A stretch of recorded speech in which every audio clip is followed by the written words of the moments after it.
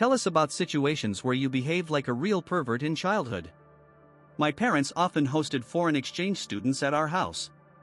They stayed in a separate bedroom with its own bathroom.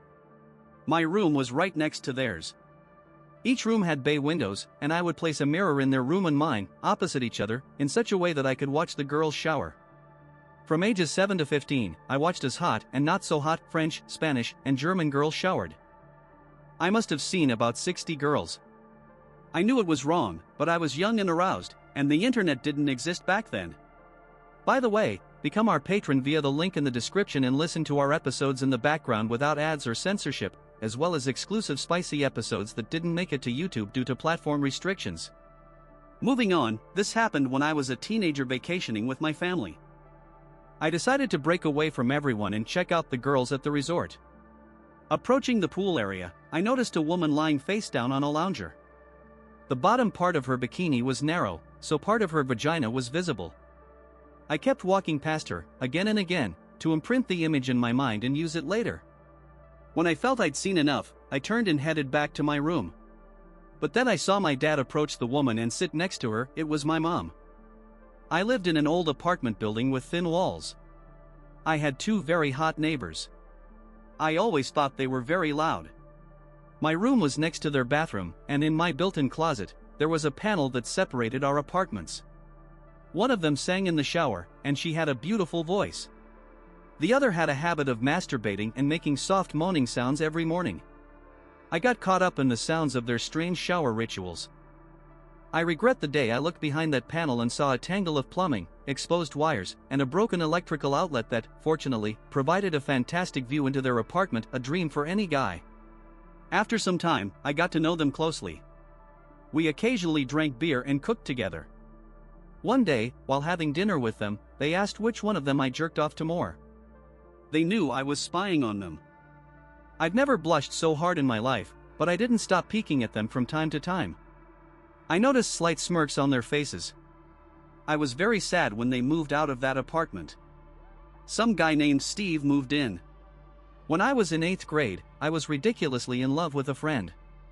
Somehow, I made a bet over something silly with another friend, and we agreed that if I won, the girl I liked would give me the panties she was wearing at the time.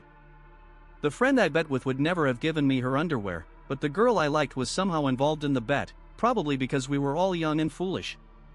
In the end, I won.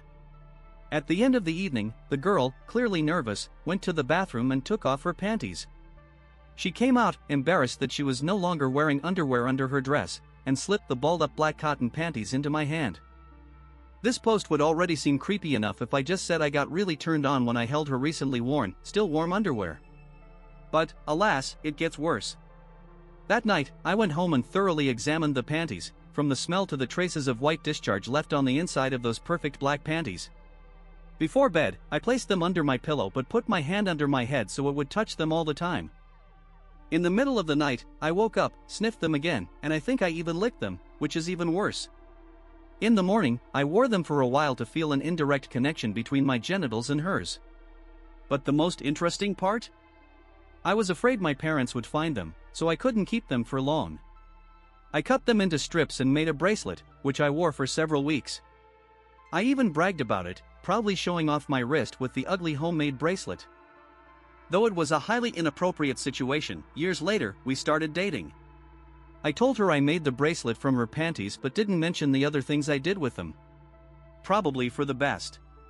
Many years ago, I was at an Iron Maiden concert, high on several substances. I remember grabbing a woman's breast right in front of her boyfriend. I'm a large, intimidating-looking guy, and her boyfriend was very skinny and short. I preferred to avoid conflicts, especially physical ones. I felt like a creep and regret not apologizing. It's haunted me for years.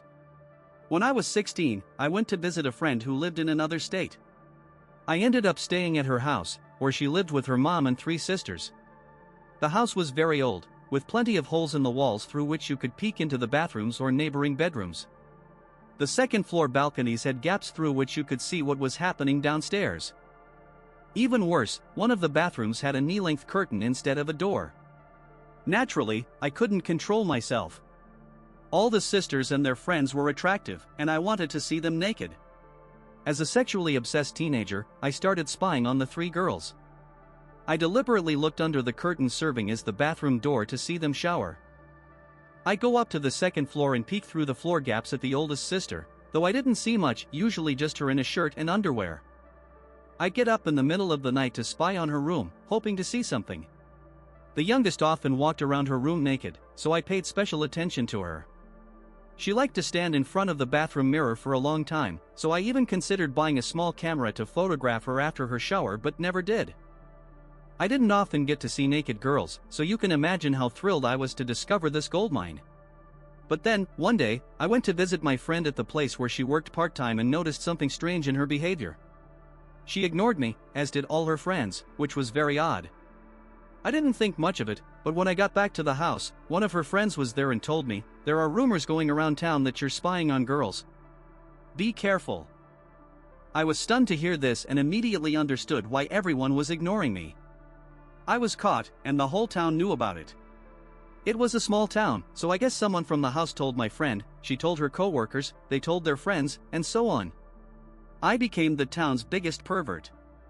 I went home, blocked her on MySpace, Facebook didn't exist yet, threw out her phone number, and never spoke to them again. I'm deeply ashamed of what I did. Even though I was a teenager, there's no excuse for violating their privacy in such a horrible way. I've never done anything like that again. A friend of my mom lived with us for a while. She was a curvy woman. I heard she became an escort to make money. I don't know if it's true, but I got turned on thinking about it. She kept her clothes in my bedroom closet. I found her tiny denim shorts, put them on, and admired my own but in the mirror.